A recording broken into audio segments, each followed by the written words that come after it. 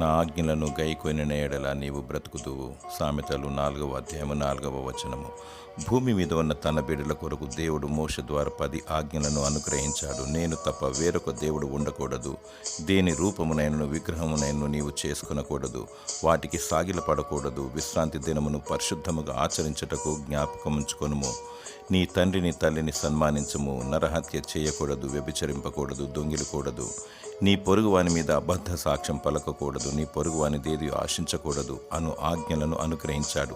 యేసు ప్రభు నిన్ను వలె నీ పొరుగువాని ప్రేమించు. నీ చేతనైనంత మట్టుకు సాటి మానవునికి సహాయము చెయ్యి. నీ శత్రువులను ప్రేమించు, క్షమించు, వారిని దీవించు అని ఆజ్ఞాపించాడు.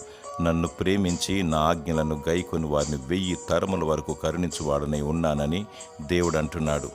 నీ పూర్ణ హృదయముతో, నీ పూర్ణాత్మతో దేవుని ప్రేమించు. ఆయన ఆజ్ఞలను నెరవేర్చు. నీవు నీ సంతతి నిత్యము బ్రతికెదరు. దేవుడు నీకు జీవమును అనుగ్రహించి సదాకాలము నిన్ను దీవించునుగాక. ఆమేన్.